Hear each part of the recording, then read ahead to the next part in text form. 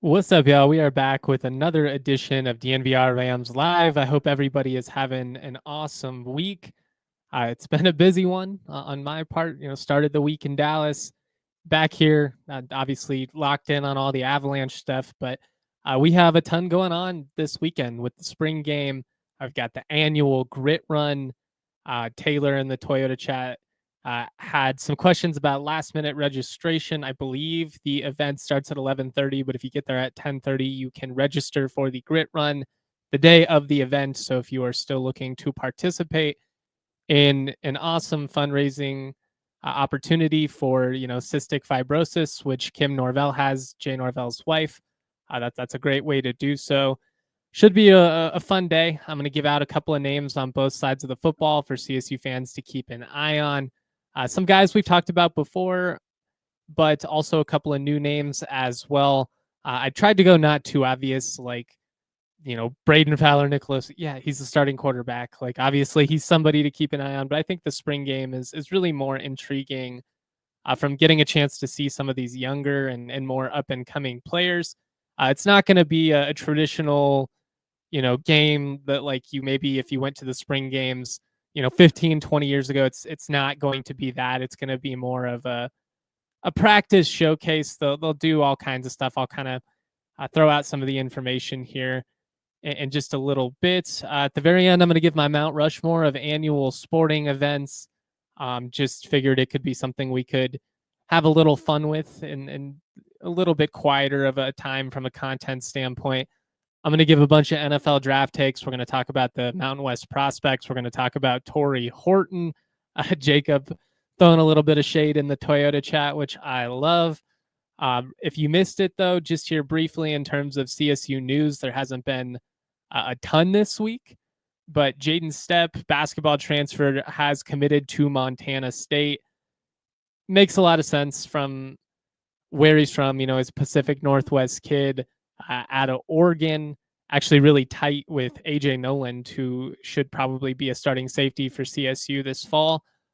But I think it's a good fit. I had heard that Portland State might have been an option, but I did feel like he would very likely end up back in the Pacific Northwest based on just kind of everything that I had heard these last couple of months. I think it's a good spot for him. There weren't going to be a ton of minutes for him if he stuck around. Goes to a program like Montana State where he should be able to start from day one. Maybe he ends up transferring back up down the line. You never know.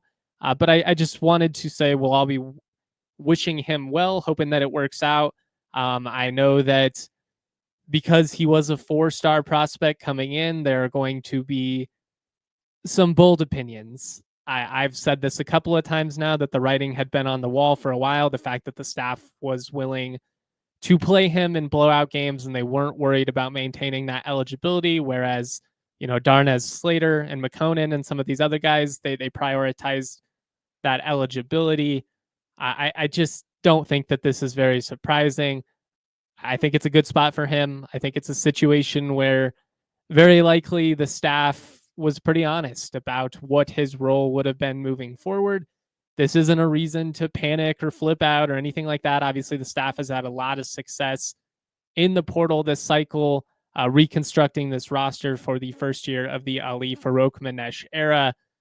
But I just wanted to say all that, not because I'm trying to put Stepp down and say losing him doesn't matter or anything like that, but every transfer has different context, and Jaden Stepp going to Montana State is not the same as Kyan Evans going to North Carolina, or even, Jalen Crocker-Johnson going to Minnesota. So you have to adjust your reactions accordingly. This is a situation that really probably works out best for both sides. but do wish him well and hope it works out for him at Montana State. Has a nice frame, good size. Like, I do think there's a world in which he goes there and finds a groove and is really able to compete at a high level there in the Big Sky, which does have a couple of competitive basketball programs. I guess let's move into the NFL draft stuff. I found myself watching the NFL draft much more than the Nuggets playoff game, especially in the second half when it turned into kind of a blowout there. Vibes are not great on that front, really, for the Nuggets or the Avalanche at the moment in terms of the series and the direction that they're heading. I thought the NFL draft was enjoyable last night. I thought the broadcast was solid. There's always, a couple of funny moments. If you missed it, Broncos cornerback pick, Jahdae Barron out of Texas, is somebody who trained pretty extensively. I had a buddy point this out to me this morning, trained pretty extensively with former CSU cornerback Bernard Blake. Bernard is one of the more respected specialists and trainers in the state of Texas, sends a ton of kids D1 all over the country. Barron is somebody that he worked out with. I'm hoping that that's a relationship that can kind of come full circle. I know, especially like during the Adazio era, Bernard reached out a couple of times and basically was told thanks, but no thanks from the staff, which is just asinine, given the connections that he has with top talent coming out of that state. But now that Trent Matthews is on staff, it would not surprise me if that became a relationship that CSU was able to lean on a little bit.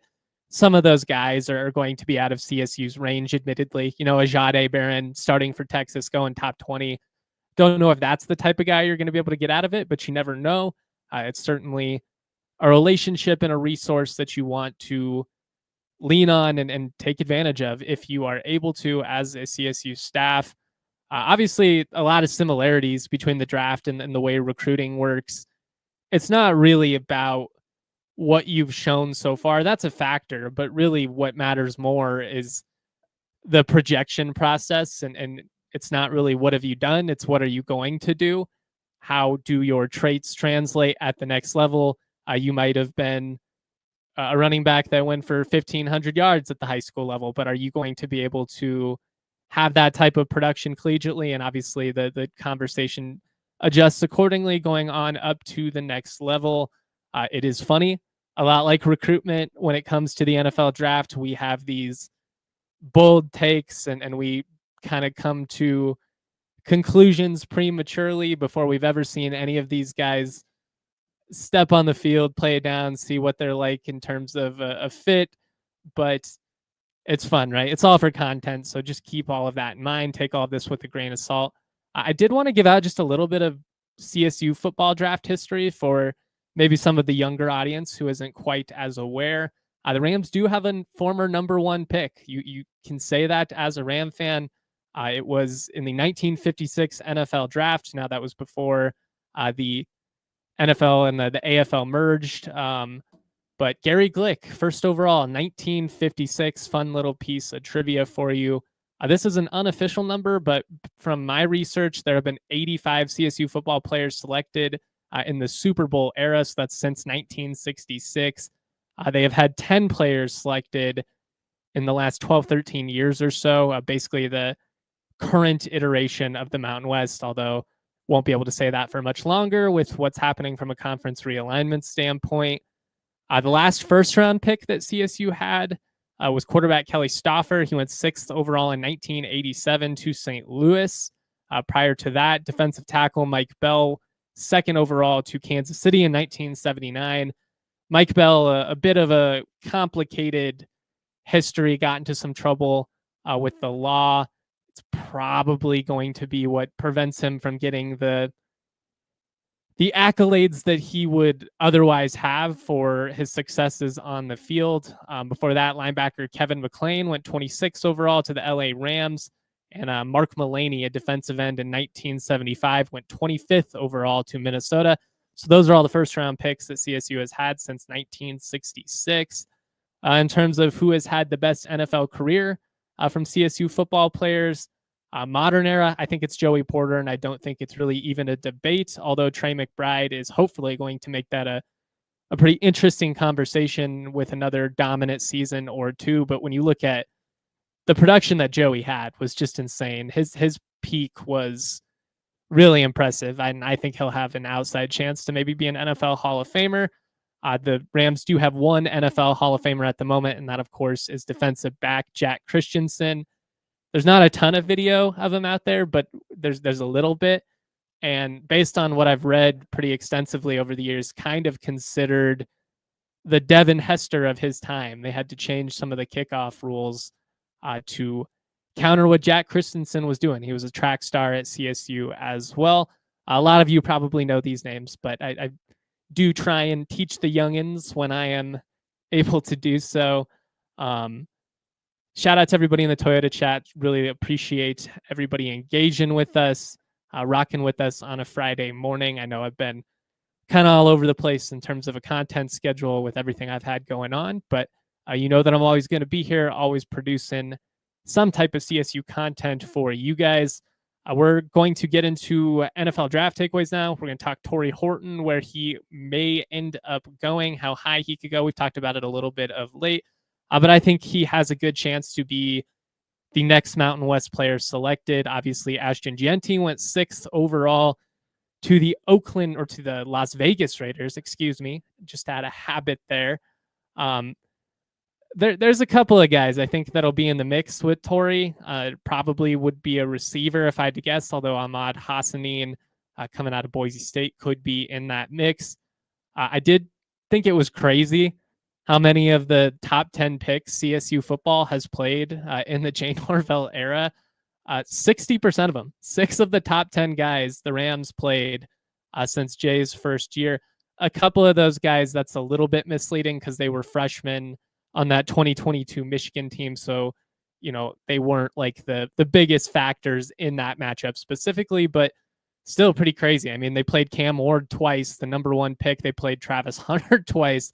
How many teams can say that they played both the number 1 and number 2 pick of this year's class multiple times? They played Mason Graham. They played Jeanty twice. Kelvin Banks, offensive tackle out of Texas, the number 9 pick, played him obviously this past fall. And then Colston Loveland, the Michigan tight end, who went higher than the kid out of Penn State, Warren, which was surprising to some. I said the other day that I think Colston Loveland will have the best NFL career out of any of these tight ends. And that's not because I'm low on Warren or anything like that. Warren was the focal point of that Penn State offense, a lot like Trey McBride a couple years ago. You knew the ball was going to him and you still couldn't stop it. And I think he's going to be a stud. I think both those guys are top 10 talents. It's kind of a weird year for talent, in my opinion. It's going to potentially, and it already has, I guess, produce some wonky draft results, or maybe wonky is not even the right word. I just think if you were making a list of the top 10 football players, not the players that were supposed to or should have gone top 10, because there's positional value and all these factors that you have to put into it. Quarterbacks, corners, wide receivers, offensive tackles, edge rushers, you guys get it. Those get prioritized, obviously. But if you were just making a list straight up of the 10 best football players in this year's class, Travis Hunter is certainly in there. But I think Ashton Jeanty is top 5 at worst. I think is a top 3 talent in this year's draft. I think there's multiple tight ends. It's just a little bit of a unique class. It's kind of fun. It feels more like a video game fantasy draft than, some of the typical NFL draft classes that I've previewed over the years. I've been a big part of our draft coverage at DNVR going back to 2019. Haven't been quite as involved with that these last couple months like I had been in recent years just because of the Avalanche stuff. But pretty weird that CSU played so many of these top 10 guys. Obviously, it'd be cool to see the Rams have another first-round pick themselves. You never know. I do think that had Tory Horton been healthy for this past season and produced the type of year that he's capable of, it wouldn't have been a guarantee, but the type of season that he's capable of in a class that's solid, but not generational or anything like that, in my opinion, in terms of receiving prospects, I think Tory would have had an outside shot to go late in the first round. I still think even after everything he's been through, has a pretty decent chance to be a second round pick, third round pick. We're going to get into all of that. Real quick, we are going to take just a brief break. We're going to pay the bills, shout out a couple of our partners, and then we'll get into all that fun stuff. All right, I want to talk to you guys about Lucy Nicotine, 100% pure nicotine, always tobacco free. Lucy is an awesome option for a variety of reasons. First of all, they've got a mail service. You can get it sent straight to your door, not have to deal with the inconvenience of running to the gas station real quick when you need a quick fix, when you're looking for some pouches. The Lucy Breakers in particular are a unique option compared to some of the other ones on the market. They come with a little flavor capsule that when you break it open, produces extra hydration, and just from a textural standpoint, it's so much more pleasant. It's more flavorful and not like you're chewing on a straw wrapper or something like that. Some of my favorite flavors, I'm a big cinnamon guy. I love the mango one. You can't go wrong with just like a traditional mint. Level up your nicotine routine with Lucy. Go to lucy.co/DNVR. If you use the promo code DNVR, you can get 20% off your first order. Lucy does have a 30-day refund policy if you change your mind. Again, that's lucy.co. Use that code DNVR and get 20% off. Here comes the fine print. Lucy products are only for adults of legal age. Every order is age verified. Warning, this product contains nicotine. Nicotine is an addictive chemical. I also want to go kind of a 180 here, and I'm going to talk to you guys about Timeline. Timeline sells health and longevity supplements featuring their proprietary MitoPure ingredient. MitoPure works with the cells in your body to help reverse age-related decline. Benefits include increased strength, energy, endurance. They've done over 15 years of research. They've secured 30 plus US patents for their product. The cells in our body are the building blocks of the life. Timeline is a supplement that works with those cells to help give you more energy, feel stronger during workouts, preserve your health, just generally live your best life. I'll tell you what, the recovery process is getting tougher and tougher. I'm a little less than 2 months removed or away, I guess I should say, from turning 30 years old, and have not been in the gym much the last couple months, trying to get back into shape, trying to drop a few pounds. And man, that recovery process just gets harder and harder. Every time I get out of shape these days, it just gets a little bit harder to get back in. Products like MitoPure, though, make it a little bit easier. Right now, Timeline is giving you 10% off your order of MitoPure. Go to timeline.com/DNVR to get started. That's timeline.com/DNVR. All right. Let's get into it. We talked about the top 10 picks that CSU played in recent years. That's wild. The question now for CSU fans, from Mountain West fans, is who is the next guy off the board to come out of this conference? Obviously, Ashton Gianti going top 10 is great respect for him. I think it's great for the league. It's validation of just how talented he is. I genuinely do not believe that there are 5 better football players in this year's draft class. A 100% healthy Tory Horton, it would have been fun to do the debate all season for Mountain West Offensive Player of the Year, but admittedly, what Gianti did for Boise State this year was absurd. I still think he deserved the Heisman. I understand why Travis Hunter won it. He's a unicorn. Never seen anybody do what he did either.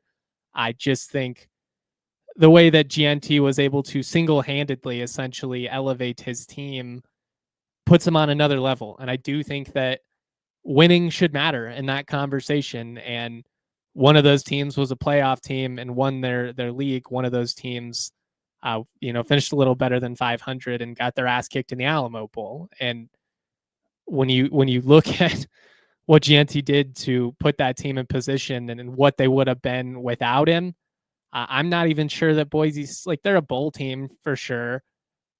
I don't think they're in the conference championship. They were very pedestrian outside of him. And I really think that Gianti is going to translate day one. I think it's a good fit with the Raiders, who are a team that I don't think is going to be great. But, you bring in Pete Carroll, you bring in a veteran quarterback in Geno Smith. I think they should at least be competitive right away. They can hit the ground running with them. That's somebody that impacts winning day one. And that's a lot like what I've argued for Tory Horton, why I think he's going to translate so well at the next level, is that he's somebody that can impact winning day one. And I think one of his greatest selling points as a prospect is his versatility. I don't think there are a ton of true starting outside receivers in this year's class. I think there's a lot of slot guys.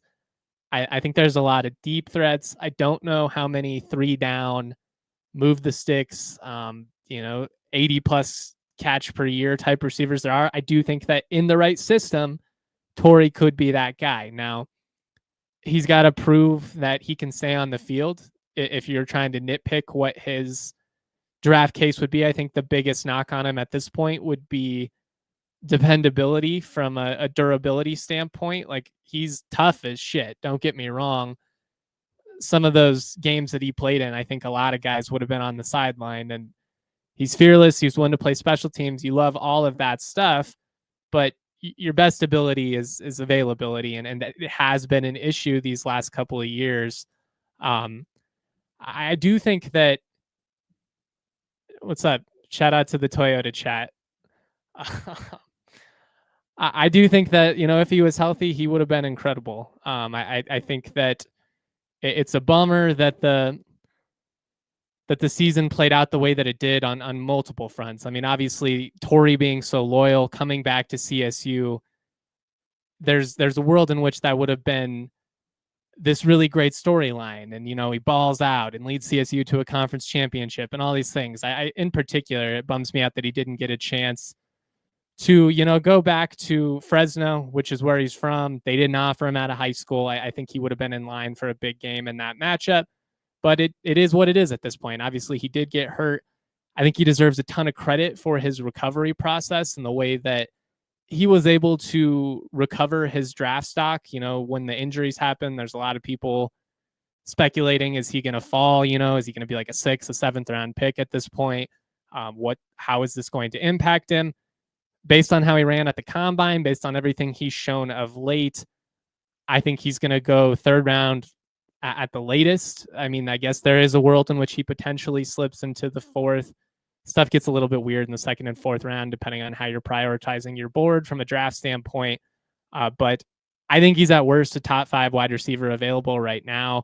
I think when I looked on ESPN, they had him as the 10th best wide receiver available, behind Utah State's Jalen Royals, which was a little bit surprising to me. But most of the draft experts that I follow, at least by the last couple of weeks or so, had Tory elevated a lot higher past some of these guys. But I do think that those are probably the 2 most likely guys to go out of the Mountain West. Now, you look at Royals' production, it's been awesome. He's also a guy that's coming off of injury, though, only played 7 games this past year.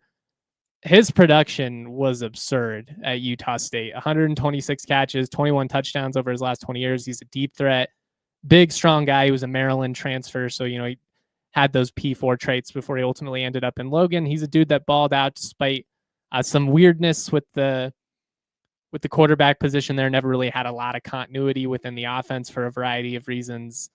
Weird coaching change scenario, as well as some injuries that impacted their quarterback situation. But he's a guy that's proven, he can go out and be a big-time playmaker. He stretches the field for you, consistent hands. There's a lot to like about Jalen Royals. I think Tory runs a little bit better than him. I think he runs crisper routes. I think he's a little bit more complete of a wide receiver in terms of just a 3-down impact ability. But I do think Jalen Royals is somebody who's going to translate very well. And I think when it's all said and done, Gianti, Tory, Royals, all of those guys are going to have really nice NFL careers. I'm not quite as high on Ahmed Hassanin as a lot of other folks seem to be. I think he's solid, and I know he had a pretty solid showing throughout the All-Star game process. But in 24 sacks, 35 tackles for loss over the last 3 years, it's really good production. There's nothing to scoff at there.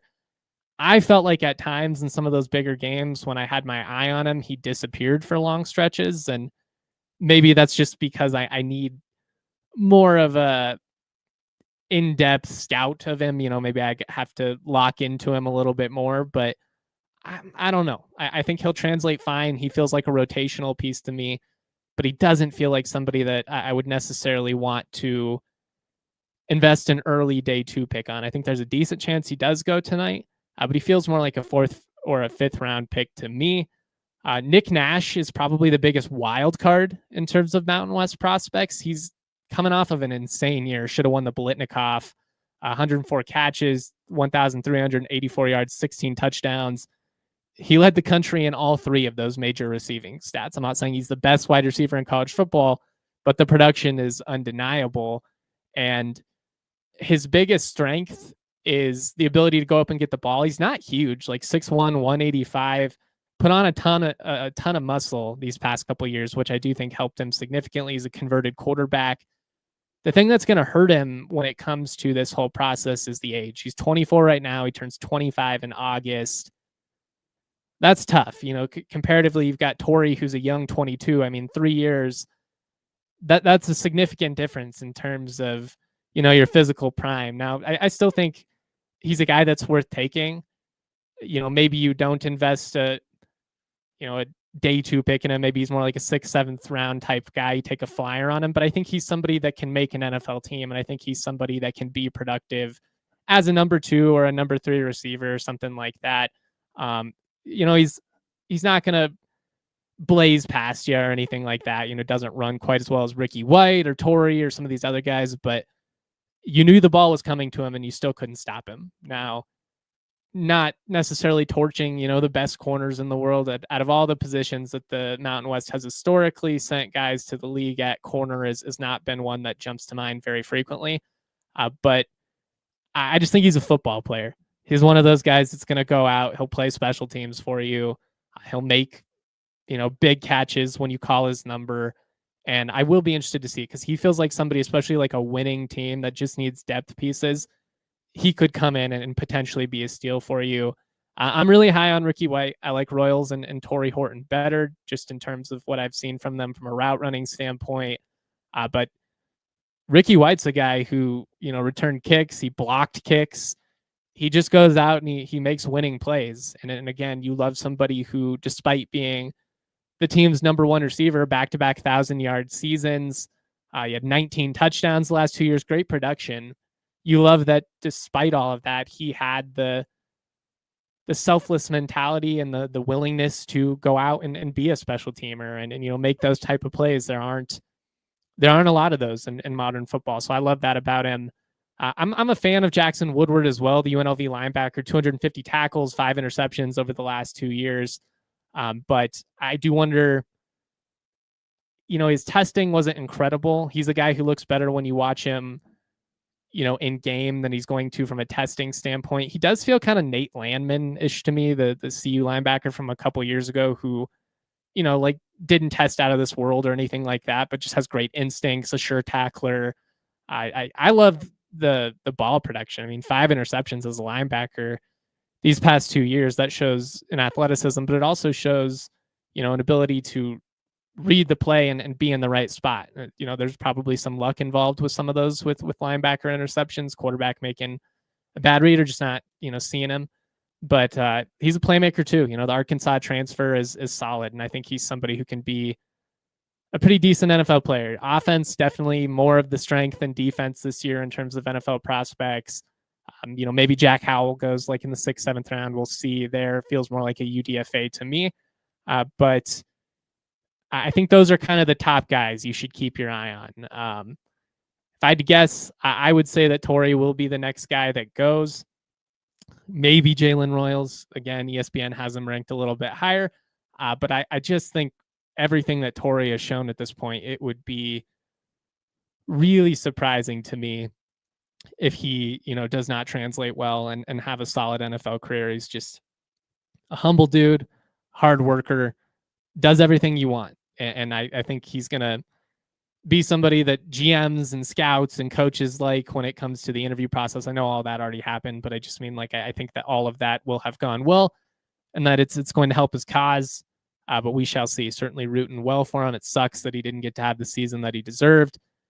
In a different world, racks up all these big numbers, leaves as the most statistically accomplished wide receiver in Mountain West history, still up there in the conversation with Devontae Adams and Rashard Higgins and all those guys that we've seen come through over the years. But Tory, from an athleticism standpoint, he can, compare with just about anyone. All right, we're going to get into the spring game here. We're going to give some names for you guys to keep an eye on. Obviously, was not out at practice this week because I was in Dallas covering hockey, but we're going to give you some names based on from what I have seen throughout the spring, as well as just kind of conversations with people behind the scenes, all that fun stuff. Real quick, we are going to shout out a couple of our other partners. Trucks have always been a part of Toyota's DNA. For generations, Toyota's built durable legends destined for greatness and perfect for Colorado. Whether you're conquering off-road trails or hauling the weight of the world, there's a Toyota truck that's just right for you, like the all-new 2024 Tacoma or the return of the iconic 2024 Land Cruiser. Toyota offers 17 models with available all-wheel drive or four-wheel drive, like the Epic 4Runner. They also offer more low and zero-emission vehicles combined than any other automaker to give customers numerous choices to reduce their carbon footprint.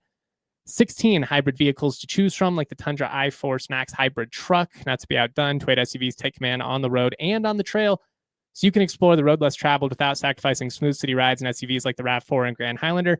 Toyota is a proud partner of CSU Athletics and the official vehicle of DNVR. Toyota, let's go places. I also am going to shout out our good friends at Empire Today. With Empire Today, you get shop-at-home convenience, the right product for your needs, quick and professional installation, plus a price match guarantee. Empire Today is the best place to get new flooring. They can't beat, the competitors can't beat, I should say, Empire on their quality, on their service, or their speed. What they do is advertise a bunch of low-quality crap that, frankly, Empire isn't even going to include. What they omit from their selection, it's just as important as what they include, because they're not trying to overwhelm you with thousands of choices. What they're trying to do is give you the type of flooring they would put in their own home. Anybody that promises you the lowest possible price, they're trying to sell you flooring that they wouldn't put in their own home. That's not what Empire is about. Their virtual floor designer is a great way to see how any new floor will look in any space. Just snap a picture, boom. Schedule a free in-home estimate today. All listeners can get a $350 discount when they use the promo code DNVR. Restrictions do apply. See empiretoday.com/DNVR for details. Jacob in the Toyota chat says, very unpopular take, but I hope my Seahawks pick up Tory. I don't know if I love that fit. I'm being honest. Just with some of the uncertainty about the quarterback, and I don't know. I don't love that fit personally, but as long as he, lands somewhere where he's able to produce, I'll be rooting for him. Buffalo or Kansas City feels like it would be a perfect scenario for him. Contenders that need receiving help, but I'm a Broncos fan, so I don't want that either. I think we pretty much put a bow on the NFL draft stuff. I'm making some Dion fanboys nice and happy in the Toyota chat. I get it. Let it out. We can have a therapy session. I know it was hard watching your boy fall to the second round. Said it was going to happen. Took a lot of heat. You hate to see it. Couldn't have happened to a worse guy or a worse fan base for that matter. Mwah. All right, let's get into the spring game here. Like I said, it's not going to be a traditional, best on best, full on 4-quarter football game. That format as a whole is an outdated concept. It's just not something we're going to see a whole lot of moving forward. Even the teams that do it, they don't tend to put their top guys in it because you don't want to risk injury. You don't want to lose somebody in a game that's ultimately meaningless. And for all the stock and the attention we put in spring football, very little of it actually matters come fall. But it's part of the cycle. It's part of this 365-day news cycle that we have made football as sports fans. There's going to be some 7-on-7s. There'll be some pass rush 1-on-1s. There'll be a scrimmage period. We'll see how long that is and what that ultimately entails. I assume we'll see BFN in that, but I don't know for sure. Obviously, when we had the live scrimmage a couple weeks back, he did not participate, and we got to see Darius Curry as well as Jackson Brousseau get some reps. There'll be some red zone scenarios. We see that every day, special teams period. As far as just kind of general information for the day, there will be concessions open. The New Belgium porch will be open as well. So looking like it's going to be a nice sunny day. Perfect opportunity to head up to Fort Collins, enjoy some sunshine, hear the pads popping, put back a couple of cold ones. Nothing better than that. The clear bag policy is in place. So don't show up with your backpack and then be disappointed. some parking options for the fans, the Lake Street Garage. You can park in the library, Hughes Way, Moby Arena. It is the weekend, though, so as far as I am aware, campus parking should be free anywhere that you go. They do have the grit run before, as well as the youth clinic afterwards, so a lot of cool opportunities for the community to, come together on campus and support some cool causes. All right, let's get into what you guys actually want to know, which is the names to keep an eye on. We've talked about Tay Lanier quite a bit this spring, but I think from a receiving standpoint, he's the guy that I would say you should keep an eye on, because I think he's going to be a big factor in the offense this year. There have been some weird circumstances in terms of how things have played out with that receiving room. Some untimely injuries, obviously the Lewis Brown scenario. That's a bummer. You're hoping he's going to be your number one wide receiver. Now he's not even in the program. But Lanier is somebody who really since the beginning has stood out. He's got good length. He runs well, and he gets good separation, and feels like the chemistry is starting to develop with him and Braden. He's made some plays in practice, been kind of a consistent dude that's really been turning heads. I made a lot of comments about Jordan Ross, about Tommy Maher. I think fans are pretty aware of them at this point, especially after how much those guys played late in the season last year. But Tay Lanier, the Northern Arizona transfer who started his career at New Mexico, could have been a Ram 2 years ago. Didn't work out, unfortunately, but has now landed in Fort Collins. I think he is somebody that the fans are going to enjoy quite a bit, and I think he is in line to have a nice season. Tight end, Rocky Beers has probably been the star of the show, at least in terms of the guy that's turned heads the most consistently while I've been there, out of the skill positions at least. I think we're going to see a lot of 12 personnel this year, maybe even 13 personnel, because the Rams don't have great size at receiver. It's not problematic or anything like that, but they don't really have a Warren Jackson type, where it's 3rd and 6, we're going to throw it up and let him go get it. We're in the red zone, we're going to just try and get this guy the ball in the corner of the end zone, like Stevens did in that Alabama game where, Warren scored twice. I think the tight ends are going to be a major factor. I think if the Rams are successful offensively, if they're, in the mix trying to compete for a conference championship, likely it will be because they are getting a lot more production from the tight end position than they did last year. Basically got none of it in 2022. Holker comes in, has an awesome season in 2023. Last year, closer to 2022 again. And you feel that impact of not being able to attack the middle of the field consistently. Guys didn't get open. Drops were an issue last year. It just was not a good spot. Now, Jackson Warren was hurt. They were hoping he'd be the top tight end. They still have big expectations for him, but Rocky Beers has come in and exceeded everybody's expectations. Norvell was pretty honest about it when we asked him a couple weeks back. He said, he runs better than we thought. He's going to be more impactful as a pass catcher than we anticipated. I think they kind of just thought he was going to be a veteran depth piece, somebody you can, put on the line of scrimmage and block. And they have quickly found out this guy is for real. And that's exciting. It matches the eye test too, from what we saw from him with Florida International, in a very small sample size, admittedly. But he had a great game against Indiana last year before he got hurt. And if he reaches his potential this season, I really do think that could be huge for CSU. Josh says, what do we make of 6'7" wide receiver Jordan Scott coming for a visit? Perfectly timed question, Josh. I think it makes sense because, again, you don't have a ton of size at receiver. You feel really good about some of these guys, but Jordan Ross, Tommy Maher, Tay Lanier, like, these aren't big-bodied targets, and that's really the one thing that they could use out wide. You feel good about the tight ends in the interior. I think those guys are going to run well, and I think they're basically going to be an extension of the receiving core anyways, especially someone like Jackson Warren.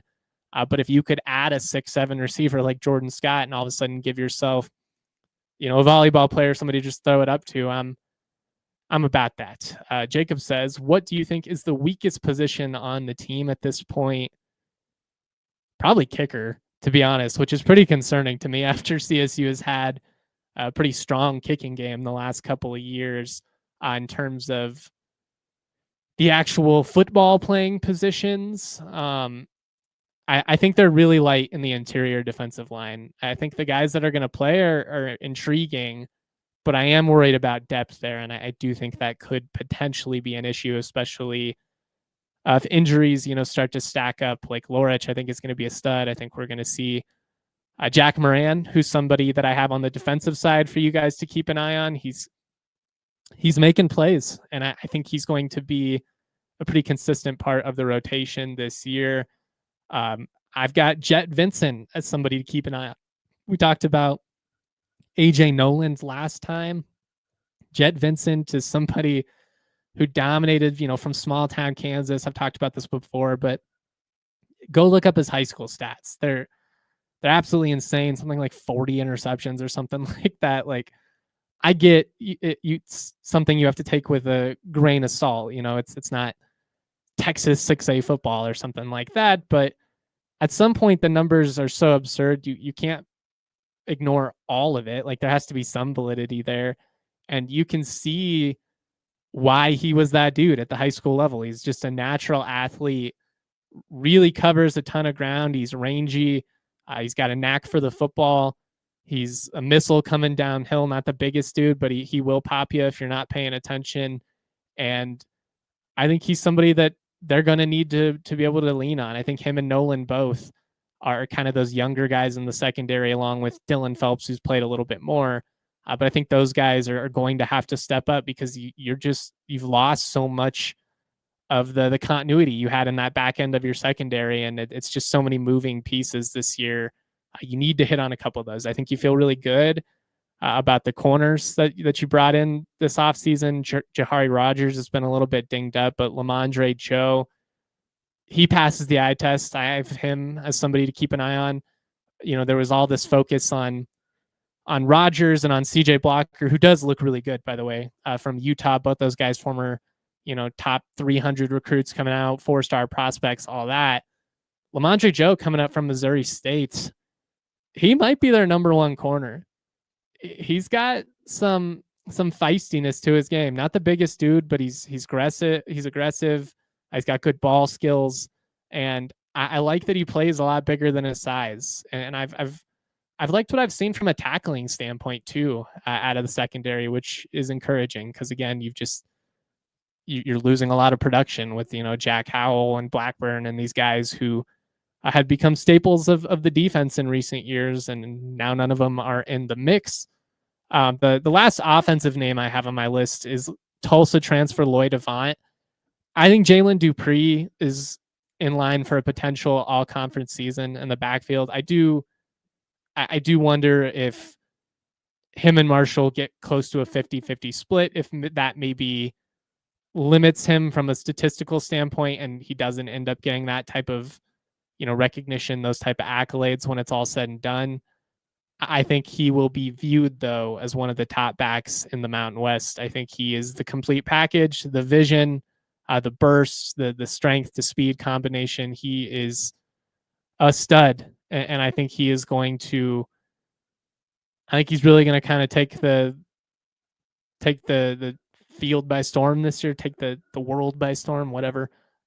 He looks the part, but Lloyd Avant, I think, could really be a nice change of pace back. I think he'll take some of those short yardage scenarios that you probably would have hoped that Damian Henderson would have had he chosen to stick around.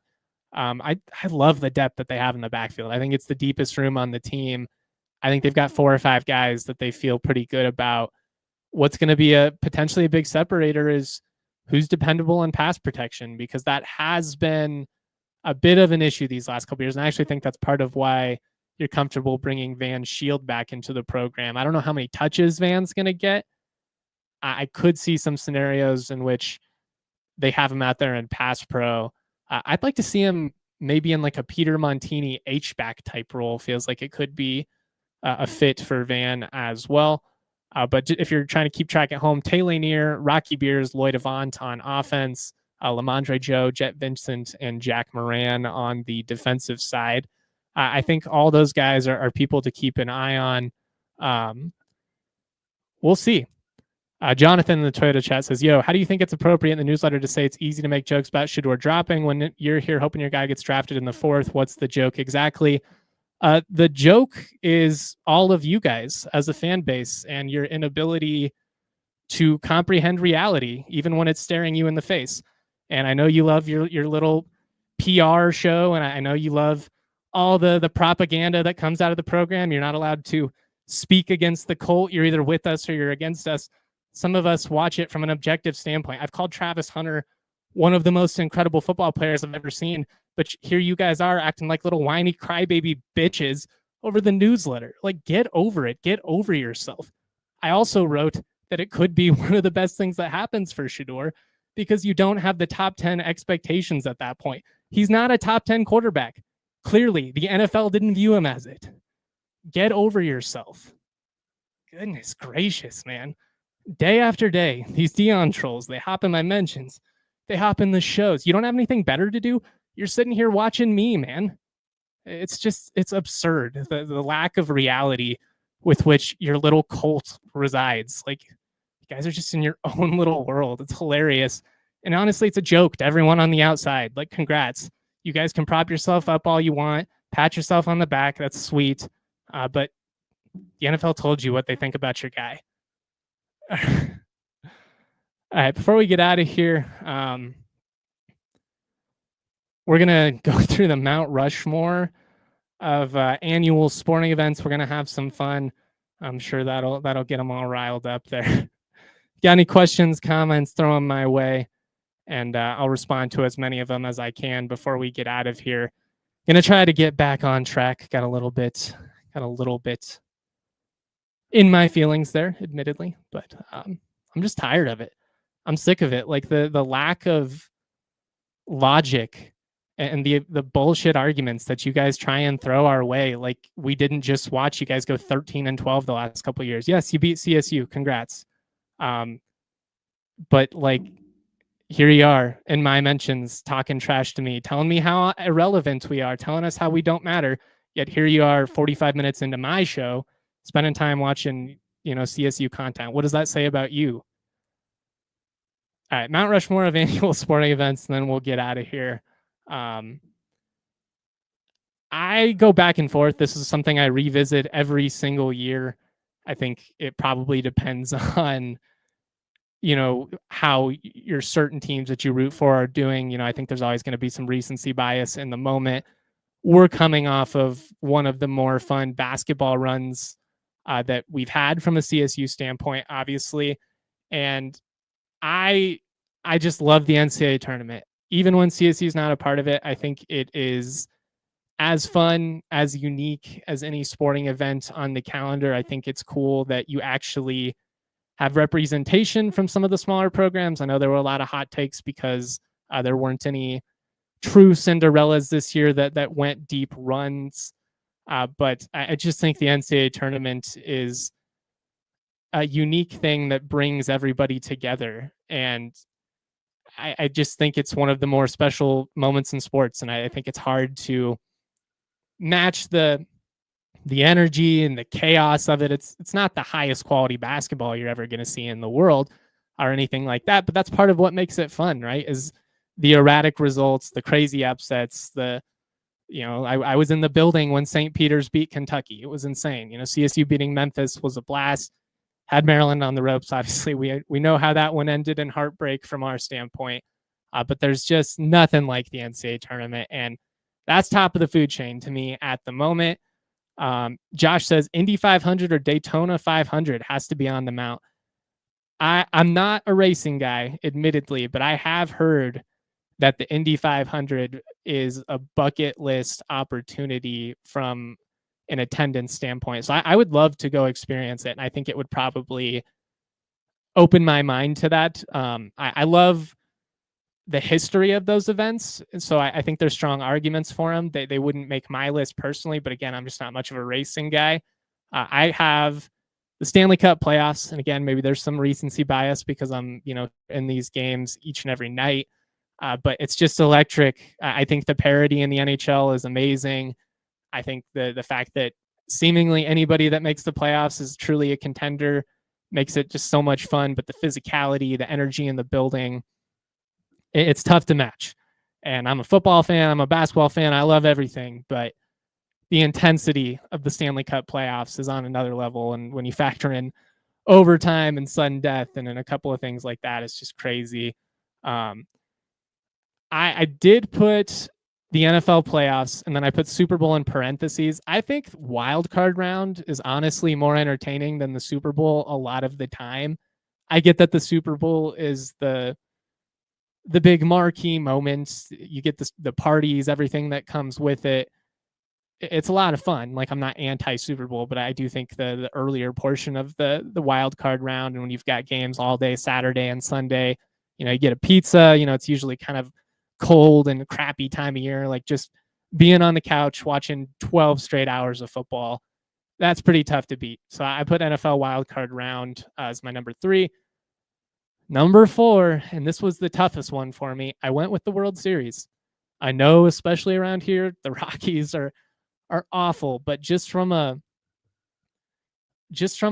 history standpoint, from a drama and emotional standpoint, like 2 great baseball teams battling it out in a 1-run game late in the process, man, like it's hard to beat that. And it kills me that the Rockies are so irrelevant, because I think there's an entire generation of young folks out there that are missing out on the magic of playoff baseball and the World Series. And like, Rocktober was just such an influential moment in my childhood. It was so much fun, and I miss it.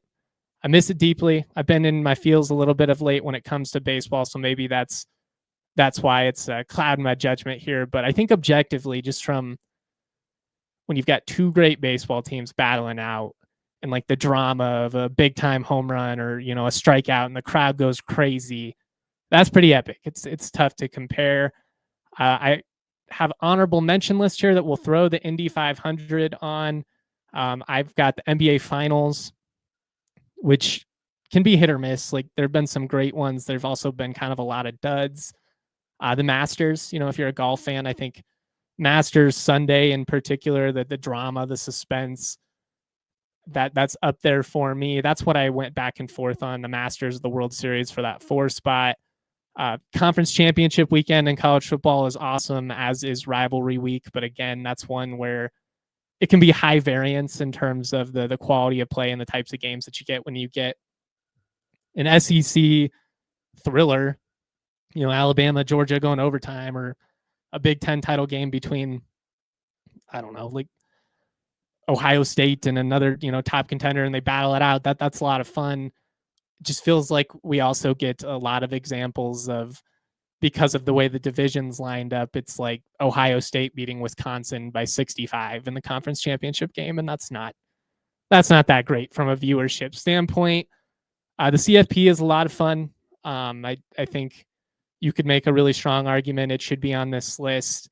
But I went back and forth on college football just because I feel like the playoff is too new. Like, we don't really have a large enough sample size to definitively say it's must watch year in and year out. I've had a lot of blowouts, in the 4-team format even. So I imagine we'll get even more in this extended format. Jacob says March Madness has to be there, right? Yeah, that was the NCAA tournament. That was my number 1. I don't think there's anything that compares. And I'm with you. Hockey crowds are more rowdy than most sports. The intensity in the building is just on another level here.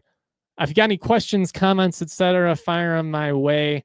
If you're a CSU fan, at least, I'm not going to respond to any more of the cult of Dion. We've spent enough of our show babbling on with those idiots. But and this is just a random thought here that I had before the show. I was thinking about it. Is Draft Day actually a good movie? I'm not 100% sure. I watch it every year, and I think I enjoy it more every year. I also think objectively it might just be a terrible movie. Like, it's so corny. The whole process with the trades and how that plays out is completely unrealistic.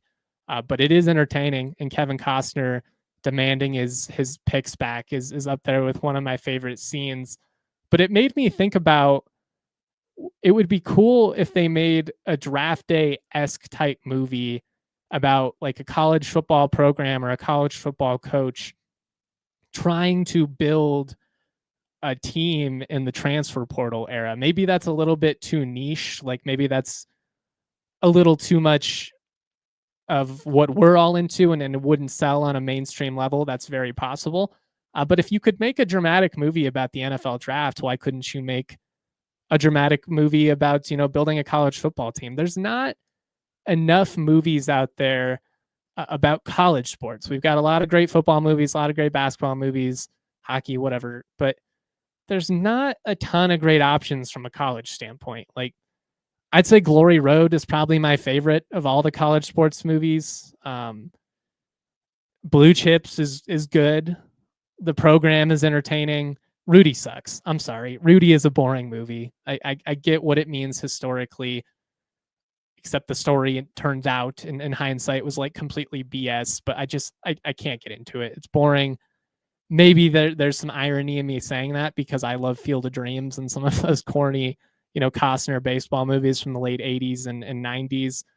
But I will argue with anybody who says Rudy is the best football movie. Maybe like it's the most emotional, but just from a pure viewership standpoint, it's slow. The football scenes suck. I'd rather watch Friday Night Lights 100 times before I had to watch Rudy.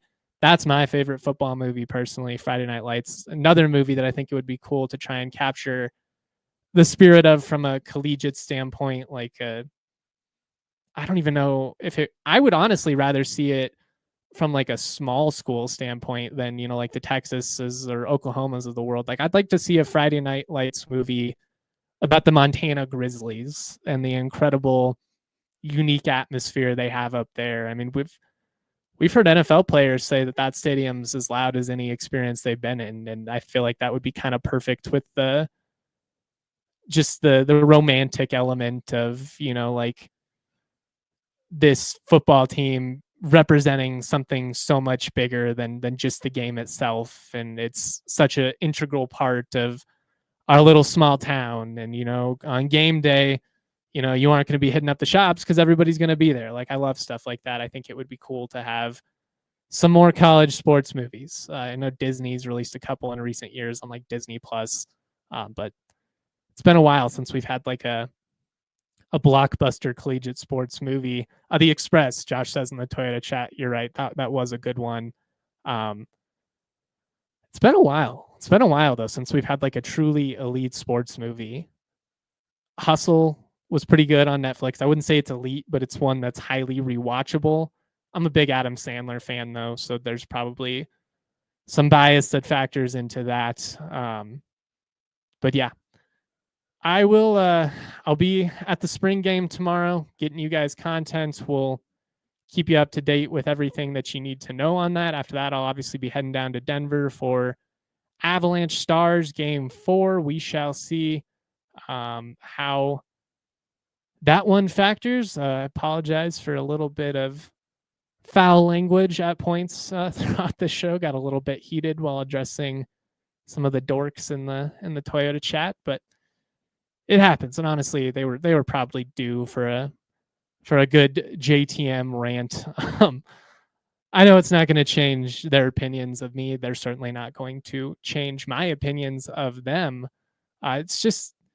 It's funny to me, man. Like, I'll take the high road, and these dorks still find a way to take it personally and feel slighted and feel spited. And the irony of it is it's all while calling us little brother, telling us how irrelevant we are. But you're the one sitting here watching my show, consuming CSU content. I'm not sitting there watching, the Buff Show. I don't care. I don't care what's happening in your world. They care about everything that is happening in our world. And it's ironic to me. It's very ironic to me. That's all I've got for today. Hope everybody enjoys the weekend. Hope everybody stays warm out there. Weirdly rainy and cold today, but it looks like it should be pretty solid this weekend. I know this was kind of a random episode all over the place, but it's going to be like that occasionally in the spring and the summer. We are approaching the we are approaching the slower time. Oh, I love this. Jonathan Smith wants to know, hey, he's back. Just wondering when CSU had someone selected second overall. That would be Mike Bell, defensive tackle to the Kansas City Chiefs. If you're going to talk shit, at least know your history, guys. And I say the same thing to all the Deion fanboys. You know, you love to come in here with your little clapbacks. I know more about the Buffs than you do historically. Just stay in your lane. We'll all be better off for it. Shout out to everybody in Ram Nation. I love the support that you guys always show us. Much love, y'all. Always proud to be. Peace. We all silly like the mayor.